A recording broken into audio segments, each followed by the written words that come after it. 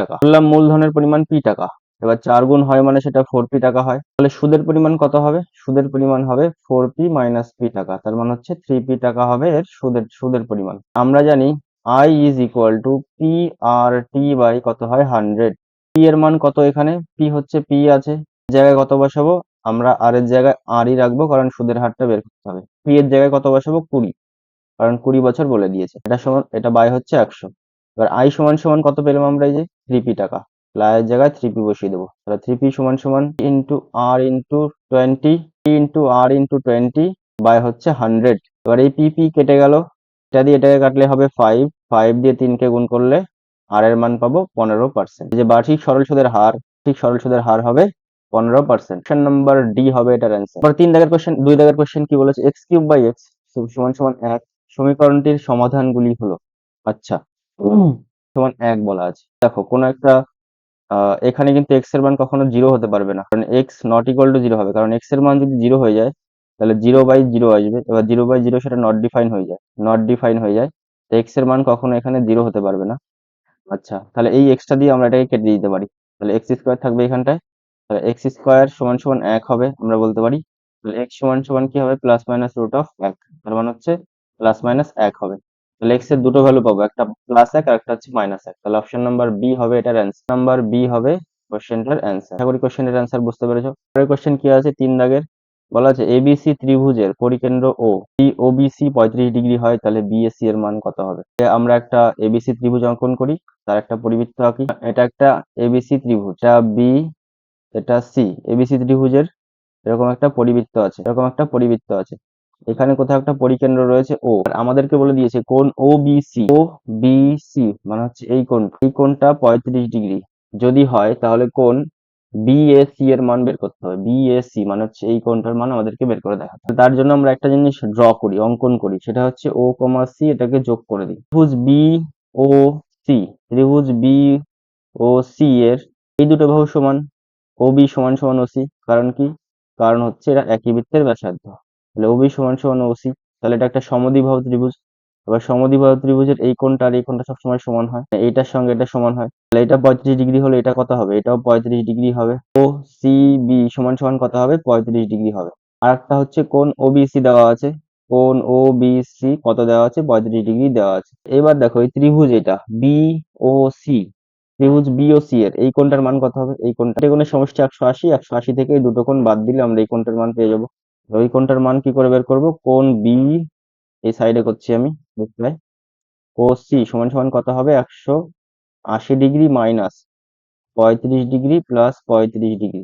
তার মানে হচ্ছে 180 থেকে 70 বাদ দেবো। 180 থেকে 70 বাদ দিলে আমরা পাবো হচ্ছে 110 ডিগ্রি। তাহলে দেখো এটা একটা কেন্দ্রস্থ কোণ, আর একই চাপের দ্বারা গঠিত এটা একটা কি বৃত্তস্থ কোণ। তাহলে কেন্দ্রস্থ কোণ বৃত্তস্থ কোণের দ্বিগুণ হয়। তার মানে কি এটা 110 হলে এটা কত হবে? 110-এর অর্ধেক হবে।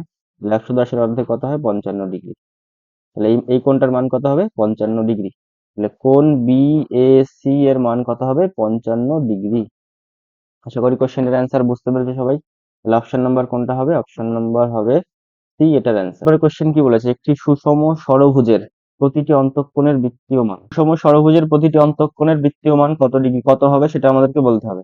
এবার সুষম ষড়ভুজের যে অন্তঃকোণের সমষ্টি, সেই সূত্রটা কি হয়? n-2 ইন্টু 180 ডিগ্রি হয় অন্তঃকোণের সমষ্টির সূত্র এটা।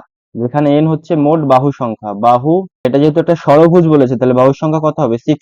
এখানে n এর জায়গায় 6 বসাবো, তাহলে 6 - 2 ইন্টু 180 ডিগ্রি, তার মানে হচ্ছে 4 into 180 degree, 4 into 180 degree something হবে। এবার এটা হচ্ছে মোট অন্তঃকোণের সমষ্টি, তাহলে মোট অন্তঃকোণের সমষ্টি এটা পেলাম। এবার প্রতিটি অন্তঃকোণের সমষ্টি কত হবে? প্রতিটি অন্তঃকোণের সমষ্টি কত হবে? 4 গুণ 180 ডিগ্রি, এটাকে আমরা যদি 6 দিয়ে ভাগ করে দিই তাহলে যেটা পাবো সেটাই হবে প্রতিটি অন্তঃকোণের সমষ্টি হবে 30। 3 4 12 মানে 120 ডিগ্রি। তাহলে আমরা জানি 180 ডিগ্রিতে হয় পাই রেডিয়ান। তাহলে একে কত? পাই/100 রেডিয়ান, 180 রেডিয়ান। তাহলে 120-তে কত হবে? 120 ডিগ্রিতে কত হবে? পাই ইন্টু 120 ডিগ্রি বাই হচ্ছে 180। এটা কেটে দাও, 6 দিয়ে কাটো, তাহলে 2 থাকবে নিচে, 3 থাকবে নিচে, আর উপরে 2 থাকবে। তার মানে হচ্ছে 2π/3 রেডিয়ান হবে এটার অ্যান্সার। 2π/3 রেডিয়ান হবে এটার অ্যান্সার। তাহলে অপশন নাম্বার বি হবে এটার অ্যান্সার। আশা করি কোশ্চেনের অ্যান্সার সবাই বুঝতে পেরেছো। কি করেছি? অন্তঃকোণের সমষ্টিটাকে বের করেছি, n minus two into 180 degree, ওইটা ওই সূত্র দিয়ে। এখানে n হচ্ছে 6, কারণ ষড়ভুজ বলে দিয়েছে, সুষম ষড়ভুজ। তাহলে প্রতিটি অন্তঃকোণ কত হবে? 6 দিয়ে এটাকে ভাগ করে দিলে প্রতিটি অন্তঃকোণের মান পেয়ে যাব। যেটা পেয়েছি সেটাকে আমরা রেডিয়ানে প্রকাশ করেছি। আচ্ছা, একটি ঘনকের আয়তন v একক এবং সমগ্রতলের ক্ষেত্রফল। আচ্ছা, দেখের কোশ্চেনটা কি বলেছে, একটি ঘনকের আয়তন v একক, মানে হচ্ছে আয়তন v সমান সমান a কিউব, আর ক্ষেত্রফল কি হয় আমরা জানি 6a² হয়, তাই তো? এবার এখান থেকে যদি আমরা একটা জিনিস বের করে নিতে পারি, a সমান সমান কি হবে তাহলে, তার কিউব, এটা কিউব আছে সেটা এদিকে এসে 1/3 হয়ে যাবে। এটা এস এর জায়গায়, মানে এর জায়গায় আমরা এই মানটা বসিয়ে দেবো, কি তার পাওয়ার 1/3, পুরোটার পাওয়ার হচ্ছে 2। আমরা বলতে পারি 6 ইন্টু ভি। তাহলে অপশন নাম্বার কোনটা হবে এটার অ্যান্সার? অপশন নাম্বার হবে সি। এই যে এটা সামেশন, এখানে 5, এখানে আই এর মান 1 থেকে শুরু হবে, 10 ইন্টু আই আছে। তাহলে এটার পুরোটা সামেশন কত হবে, মানে হচ্ছে 10 গুণ 1 প্লাস 10 গুণ 2 প্লাস 10 গুণ 3 প্লাস 10 গুণ প্লাস 10 গুণ 5, মানে হচ্ছে আয়ের মান 1 থেকে 5 অব্দি যাবে, মানে আয়ের জায়গায় আমরা 1 2 3 4 5 অব্দি বসালাম, বসিয়ে এটার মান বের করতে হবে। তাহলে 10 যোগ 20 যোগ 30 যোগ 40 যোগ 50 যোগ করো, কত হবে? এটা যোগ করলে 30 30 60, 60 আর 50, 60 আর 50 কত হবে? 100, 160। এ এবং বি এর মূলধনের অনুপাত এত, এ এর মোট লাভ 80 টাকা হলে বি এর বি এর লাভ কত টাকা হবে, সেটা আমাদেরকে বের করে দেখাতে হবে। এদের মূলধনের অনুপাত দেওয়া আছে, তার মানে a/b দেওয়া আছে, a/b দেওয়া আছে 4, 5/4। বাই বি সমান সমান আমরা কি লিখতে পারি? a বাই বি সমান সমান লিখতে পারি 5/4। তাহলে a এর লাভ 80 টাকা, তাহলে এর জায়গায় 80 বসিয়ে দেবো আমরা, 80 বসিয়ে দিলাম, নিচে বি থাকলো, আর এখান থেকে 5/4 এরকম থাকলো।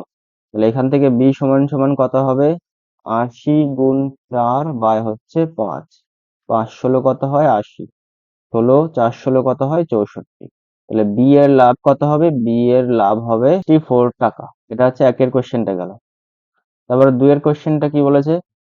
বলেছে যে a/b, a/2, b/5, c/8 হলে এ এর 50%, বি এর 20% হলে সি এর কত পার্সেন্ট হবে? তার মানে আমরা এখান থেকে বলতে পারি না যে a/2 সমান সমান b/5 সমান c/8 সমান সমান কে ধরে নিতে পারি আমরা এখান থেকে।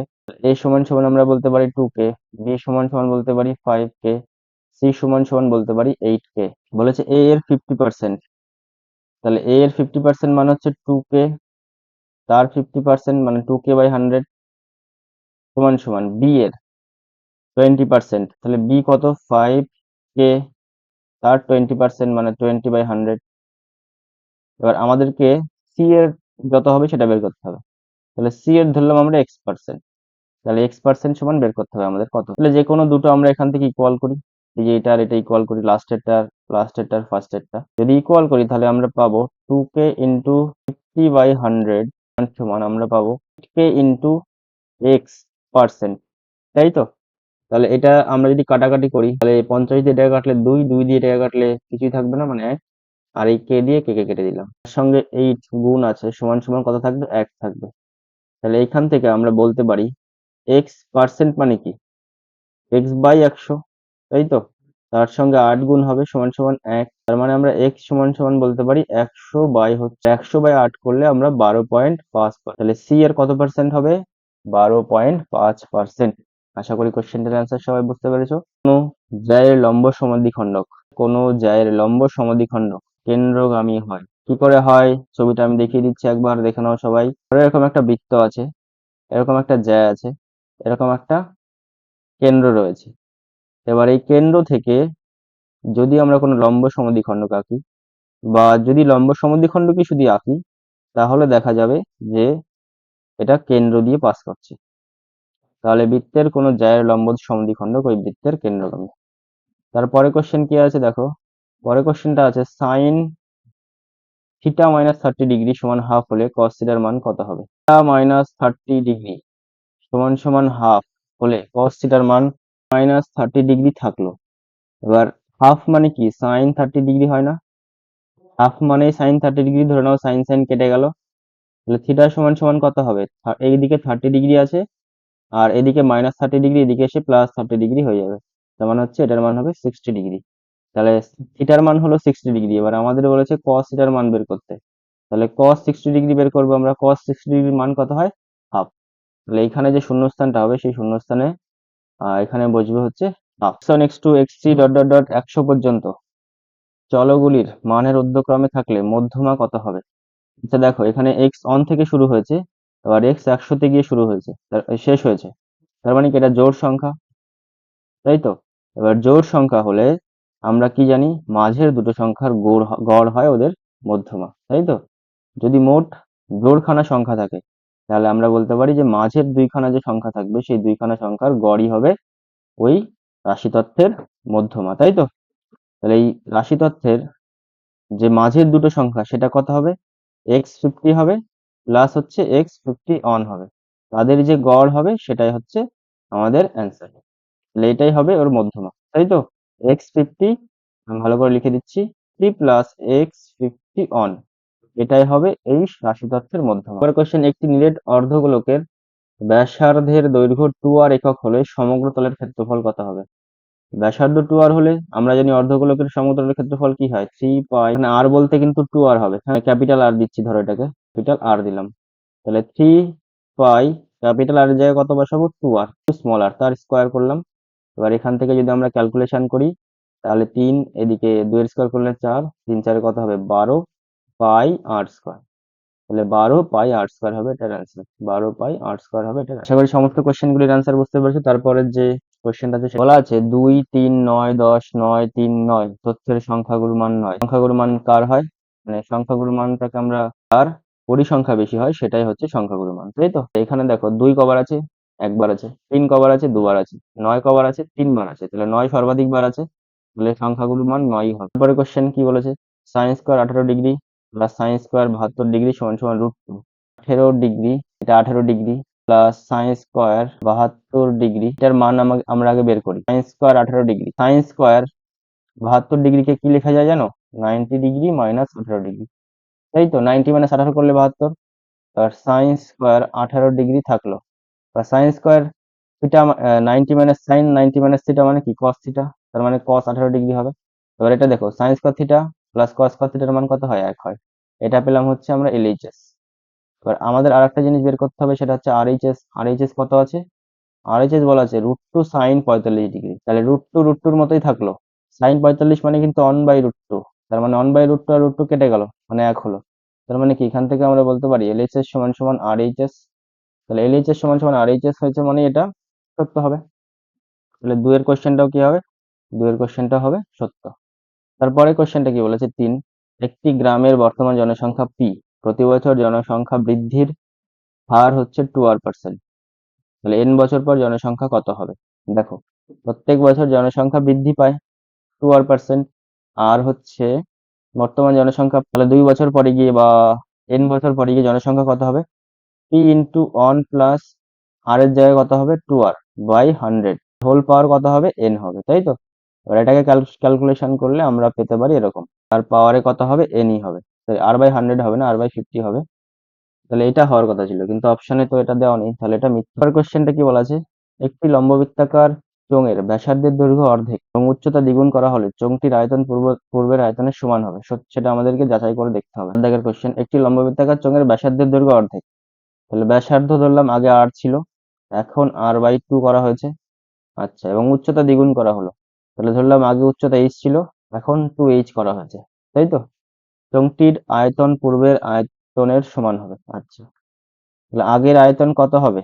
আগের আয়তন, আর এখন আয়তন কত হবে? এখন আয়তন কত হবে? পাই, আর এর জায়গায় কত বসাবো? r/2 তার স্কোয়ার। এইচ এর জায়গায় কত বসাবো? 2h, তাই তো? তাহলে এখান থেকে আমরা বলতে পারি পাই r²/4 ইন্টু 2h। এটা কাটলাম, ধরো এটা নিচে 2 হলো, তাহলে পাই r²h বাই নিচে 2 হয়ে গেল। তার মানে কি আগের আয়তনের সঙ্গে এখন আয়তন কি সমান আছে? সমান নেই। তার মানে এরা একে অপরের সমান হবে না, তার মানে এটাও মিথ্যা হবে। কোশ্চেনে বলে দিয়েছে এটা সমান হবে, কিন্তু সমান হবে না।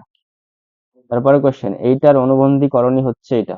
মিথ্যা, এটার অনুবন্ধী করণী কখনো এটা হতে পারে না। এইটার অনুবন্ধী করণী শুধু রুটের আগের চিহ্নটা চেঞ্জ করলেই হয়ে যাবে। √3 - 5 এটা হতো এর অনুবন্ধী করণী। -√3 - 5 হতো এটার অনুবন্ধীকরণ, তাহলে এটা বলা নেই, তাহলে এটাও মিথ্যা হবে। পরের কোশ্চেনটা কি বলা আছে, একটি বৃত্তস্থ সামান্তরিক একটি আয়তাকার চিত্র